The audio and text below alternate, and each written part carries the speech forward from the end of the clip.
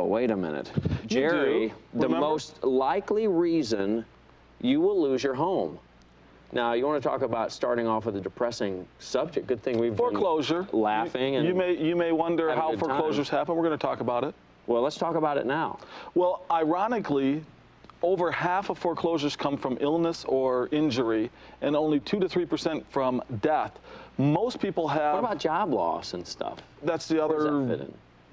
Do the math. What is it? Let's see. We were at 53%, so 47% would be job loss or some other. Okay, but less than half then are from job loss. And the thing is that most people protect themselves from loss from death. You know, they've got mortgage insurance, you have credit life insurance, and all these things, which you've talked about as being a scam. I just put the puzzle together. No wonder they're selling that so much, because that's where the lowest risk is for the insurance companies. It is actually. The higher risk. It's a profit center for the insurance companies. So is life insurance that you get at work. Obviously, you have to be at work to qualify for it, and if you're not there, then you don't take it with you. So all of a sudden, when you're really sick and you can't work anymore, you don't have the life insurance. So it's a great deal for life insurance companies.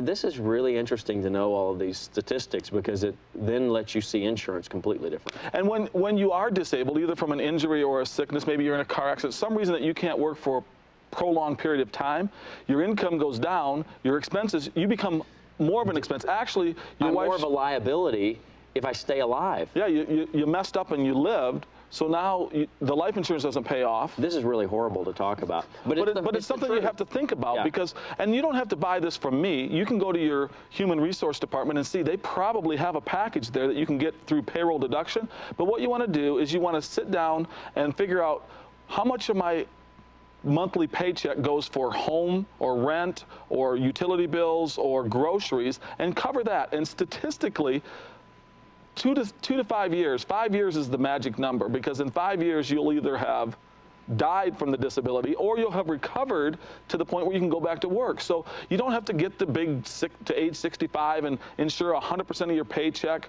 Just try to cover. You're saying, like, if somebody pulls in, you know, you've got expenses of $1,000 to $2,000, $2,500 a month, make sure you have insurance to cover those payments. Yeah, you know what, Neil, and you're a great example, because you and your wife, you've built this life together. But if one of you become disabled, then one's left pulling the wagon by themselves. And number one reason for divorce after a disability. So how much of that income do you lose? Number one reason for divorce after a disability is because that one person is pulling the load and the other person feels so guilty that it becomes a stressful situation. You'll heal faster if you have that disability income. To answer your question, it doesn't matter how much income you lose. What you want to do is make it so the boat doesn't sink. You just get enough so that your mortgage is paid for, your utilities are paid for, your groceries are paid for, and let the other spouse pay the rest. And if you're a single person with a house, oh my gosh, you're the only one in the boat. You absolutely need it. You need to get a double-hulled boat. Yeah, and it's not. Don't try to self-insure for as much as you can. And let's talk about that for just a second.